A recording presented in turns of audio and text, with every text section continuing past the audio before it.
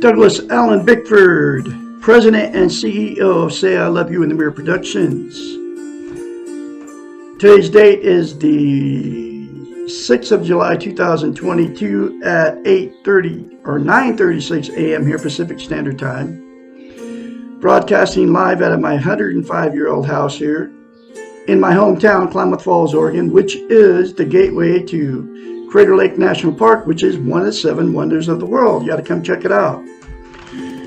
I am on Facebook Live and YouTube, and good morning to all my YouTube and Facebook friends. I am teaching you how to be positive about yourself, about your world, and about others around you. And in order to do that, you need to attain and maintain self-esteem, which comes from out of this book right here called The Portable Therapist. What self-esteem is, most people don't even know what the 2 words even mean. It's also known as self-confidence, self-love, self-worth. It's how you feel about yourself inside, okay? We've all been in romantic relationships, and we've all had that good feeling when you first meet these people, okay? You're bragging to all your family and friends, you're soulmates, you're going to die together, you're never going to separate, you vow all this stuff to that other person, right? It feels really good. I've had it several times. And it feels like love. It feels right. It feels perfect. So, but what self-esteem is, self-love, self-confidence, self-worth, is that same good feeling towards yourself. Dr. Susanna McMahon, who is 73, lives in Madrid, Texas with her husband, wrote this book in the 90s. It was published in 1992. It doesn't have chapters. It has, it's in question form. I call them lessons. But every lesson in this book talks about how we've been trained and taught not to love ourselves. And she knew it back then, okay, which is not to have self-esteem. And they were using the television, the churches, the state governments to make us not feel good about ourselves, because self-esteem is the exact opposite of feeling bad about yourself, okay? It's feeling good about inside about yourself, okay? So she's had thousands of clients, and they were using the television back then and all that, like I just said, but now it's 1,000 times worse because of all the social media. Facebook, where I'm broadcasting here live on today's date, is just one of the ways they take away our self-esteem, right? But anyway, so she's had thousands of clients. She's a psychiatrist. She has a doctorate in psychology. Went to school for 10 years to get it, to become a psychiatrist. She also has a master's in philosophy. Okay, so she's had thousands of clients. She was a counselor, a therapist, a psychiatrist many years of her life. I'm not sure what she's doing now, but I'm her spokesperson, okay, because you can't find anything out about this woman, okay? So anyway, she would hire, or clients would hire her as a psychiatrist to fix their unhealthy mind. She knew as a psychiatrist and knows as a psychiatrist that we can't have a healthy mind unless we attain and maintain self-esteem, self-worth, self-confidence. So she had to come up with a way to give her thousands of clients, to get them to give themselves self-esteem. Nobody can give you self-esteem. She knows it. I can tell you how to get it. She could tell her clients how to get it. But they had to do this simple concept that she came up with. Okay, it's called mirror therapy. She's the originator of mirror therapy. Okay, you look at yourself in the mirror. This is what she told her clients, and you can do the same thing. I did it. Okay, look at yourself in the mirror and say 4 things. I love you. I love my inner child. I'm worthy to be loved. I'm worthy to love. I'm full of goodness. Those 4 things will give you self-esteem instantaneously. But to maintain that self-esteem, you have to practice it daily. It's like lifting weights. If you start lifting weights and you stop, You have to start over from scratch. To maintain self-esteem is the exact same thing. So bottom line is you have to say it every day to yourself in the mirror for the rest of your life. The more you say it, the more you feel it, and the more you believe it. And it works. It worked on me. And it worked on her many clients she's had too. And there are other reasons she came up with mirror therapy. As a psychiatrist, since she studied the science of the mind and how the mind works, okay, she discovered that we can't lie to ourselves in the mirror. It's a psychological event that happens in your brain. So that's why she came up with mirror therapy, and that's why it's so powerful. That's why you can get in front of the mirror in the morning or whenever you're in front of the mirror. We're all in front of the mirror every day. And you can very easily criticize yourself because that's how you feel about yourself. But you can't lie to yourself in the mirror. So you can't say good things to yourself in the mirror. That's why you think it's crazy that I'm telling you this, okay? Because you don't feel that way about yourself, okay? It's not even your fault. Nobody's ever told you any of this information before. So, the very first time you do it, folks, you'll have to force yourself to do it. It'll seem very strange and awkward to be saying good things to yourself in the mirror. And those 4 things to yourself in the mirror daily are very good things to say to yourself. So it'll feel so weird you won't want to do it. In fact, you want to turn me off because I'm telling you this. Okay. So force yourself to do it the very first time. And the more you say it, the more you believe it, and the more you feel it. And then once you attain that feeling of having self-esteem, self-love, self-confidence, you won't even want to go back. You'll gladly say good things to yourself daily throughout the day like I do.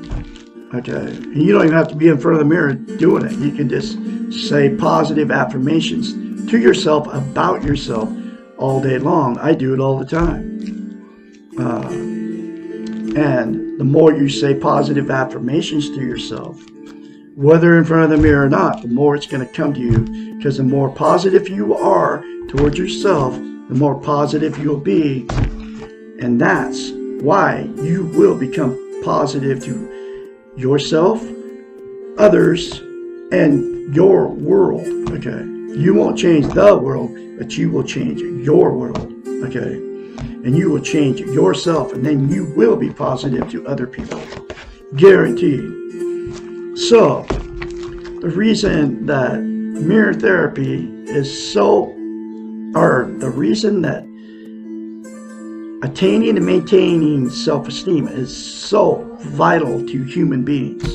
It's the absolute most important thing we can have as a human being. It is because we can't be content without it. What content means is you feel good about how, where, and what you are. It's also known as internal peace. There are 11 things that people are trying to be content with.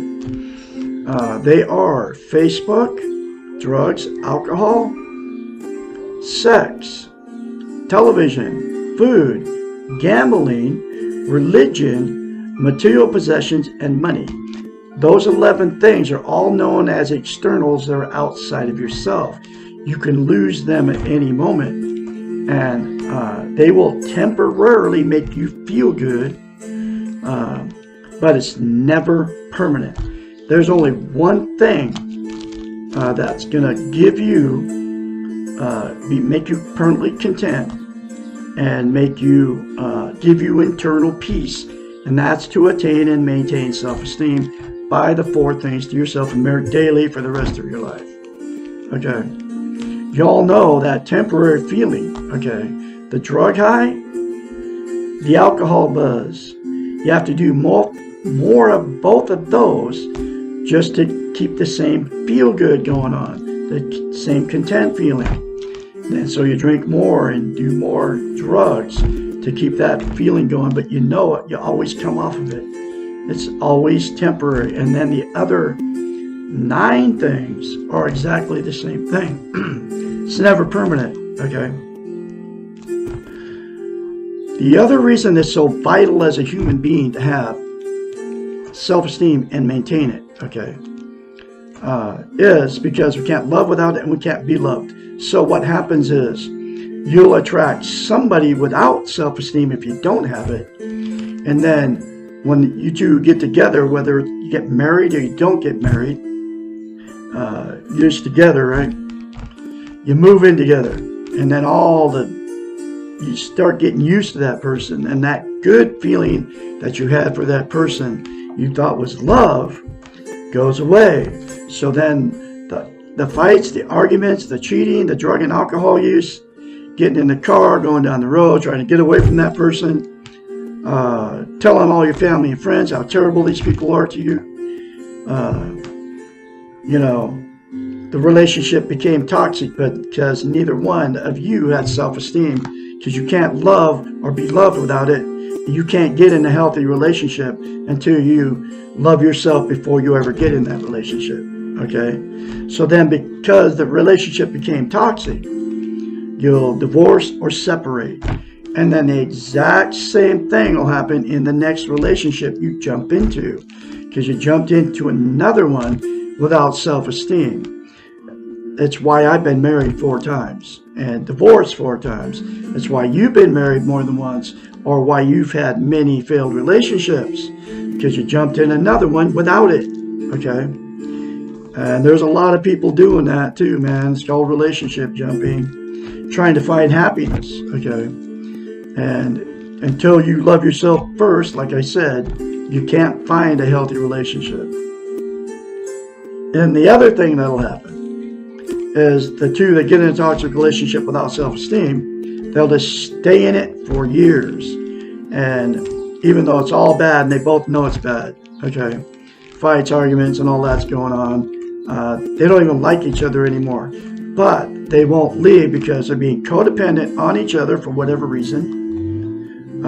They don't want to be a failure, don't want to be an embarrassment to all their family and friends and church members. They can't be alone. And they're afraid to leave. They have nowhere to go. So they'll stay in it forever. Okay. I know of several on the top of my head right now. But I mean, we're talking 70 years. Okay. But I've seen these people in the interaction and what goes on between the two. Okay. It's not good, even though they've been married 7 years. They stayed together for all those reasons, right? So then what happens is, it becomes a dysfunctional family at that point. All the emotional, sexual, and physical abuse between those two and the family, the kids, just gets swept under the rug by all the kids and never gets talked about. And then dysfunctional families produce more dysfunctional families down the line. And then the cycle just continues. The absolute only way to break the cycle is to attain and maintain self-esteem, all parties involved, okay? Then the cycle will stop, okay? And then the last thing that'll happen, that two got in with no self-esteem, right, is since they've had many failed relationships or many failed marriages, they will exit out of the romantic scene because I can't find anybody to love me. I can't find anybody to love. And so they just go, I'm done. And they'll just won't ever be with anybody again. They'll just then they'll start using the 11 things to try to be happy, be content. And you can't be content without self-esteem. So they'll still be miserable and alone, whatever they do, okay, to try to make themselves happy. They will never have internal peace until they attain and maintain self-esteem. So there is a solution, a cure for the toxic relationships, the people that are all alone out there, miserable, watching the boob tube all the time. And that is to say 4 things to yourself in the mirror daily without fail, and all parties involved do it. It'll fix the toxic relationship. If a person in a relationship doesn't want to get better and you want to get better, then you'll get the strength to get out of it. And then the other people that are all alone will attain and maintain self-esteem, which will give them internal peace. They'll be happy alone. And then all parties involved get this book and go through it. There's many other concepts in this book that will help you get a healthy mind, so you won't do things that aren't positive to yourself anymore. Okay. And this book is actually really cheap on Amazon, between $5 and $15. Okay. And then you will be able to be positive about yourself, about others, and about your world. Okay. So I'm going through her book one lesson at a time. Here's that next lesson. Why am I so critical and judgmental? Lesson 50. Criticism of others reflects our own level of insecurity. I'll say that again. Criticism of others reflects our own level of insecurity. It is impossible to accept others and their weaknesses and mistakes if we cannot accept ourselves. The more unsure we are about ourselves, the more we look for faults in others. This is one way of excusing our own faults. We justify ourselves by criticizing others. You all know what I'm talking about. You've all been there. I used to do it. I don't do it anymore. Every day I say I will not judge, condemn, or criticize others. I say it to myself many times during the day.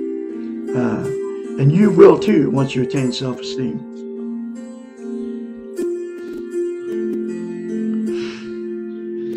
It is as if we are saying, I'm not so bad, just look at him or her. He or she is worse. The Western model seems to need comparison with others and judgment. Here's where that training comes in. The Western model seems to need comparison with others and judgment of everything and everyone as part of the competitive edge that we have been taught to acquire as a means to success. We have learned to measure our success by comparing what we have relative to what others have or do. By comparing what we have, by comparing what we have relative to what others have or do. Often we criticize others to help us feel more secure about ourselves. It is easier to judge others as imperfect and focus on their weaknesses than it is to take a hard look at our own behaviors. Besides, everyone else is doing this, and criticism of others seems to be an ordinary and often interesting part of human communication. Let me tell you what he or she did ensures an interested audience. And isn't all gossip dependent on some degree of criticism or judgment? Question mark. One problem with judging others is that while we may tend to make us feel better to focus on others' faults rather than our own, it may seem to lessen our own insecurities. It is a very short-lived remedy. Y'all know what I'm talking about. Makes you feel bad that you did it.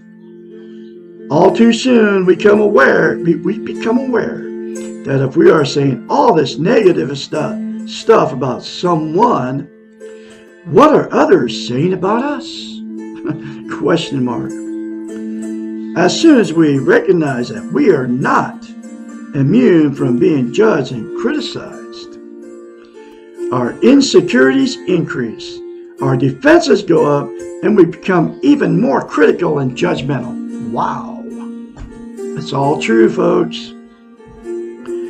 And the negative circle becomes more vicious, and we become more insecure, and the weak ego is in full control. Judging other people, saying bad things about them, putting people down, gossiping, comparing, and being negative all contribute to the state of discouragement. No one wants to remain for a long time around discouraging people. Also, putting ourselves down, comparing, finding ourselves to be less than everyone else. Putting others on pedestals so that we look bad. All are aspects of judging. But this time, we're on the lower end of the criticisms, and we're vocalizing our own lack of insecurity. And I'm going to read that one more time. Putting ourselves down, comparing, discouraging, putting ourselves down, comparing and finding ourselves to be less than everyone else. Putting others on pedestals, you know what I'm talking about. The television is huge for that one. You put all these famous people on pedestals like they're better than you, and they're no better than you are. And that's why the television is so dangerous. Are all aspects of judging, but this time we are on the lower end of the criticisms, and we are vocalizing our own lack of security, because we are just as good as those people on TV, folks. They just want us to think they're better than us. We become discouraging to ourselves, and discouragement, either of others or of self, is one of the most destructive behaviors to the human spirit. We cannot begin to do our best when we are in a discouraged state. Judgment and criticism are closely related to expectations. Generally, we criticize when we expect something to occur and it does not. It is typical to want people to do things for us, or to take care of us, or to be as we perceive them. And when they fall short or do not measure up to our expectations, then we feel that criticism is warranted. After all, they did not do what they were supposed to do. Think about this process for a moment. Whose eyes are doing the judging? Who is setting the standards? Who is assuming that they have the right perceptions?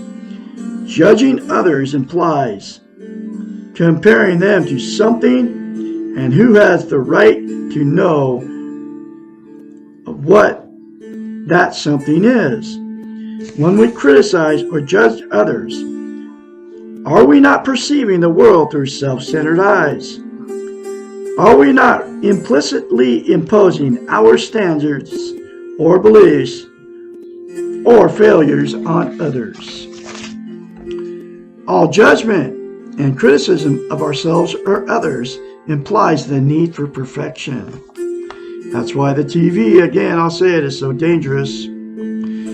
Once we give this up, once we accept that no one can be perfect, then we no longer need to engage in the destructive and discouraging practice of judging others. We can accept and let others be. We can become encouragers. Wow. There's another very important lesson for you, folks. I'm going to have another one for you tomorrow, which is lesson 51.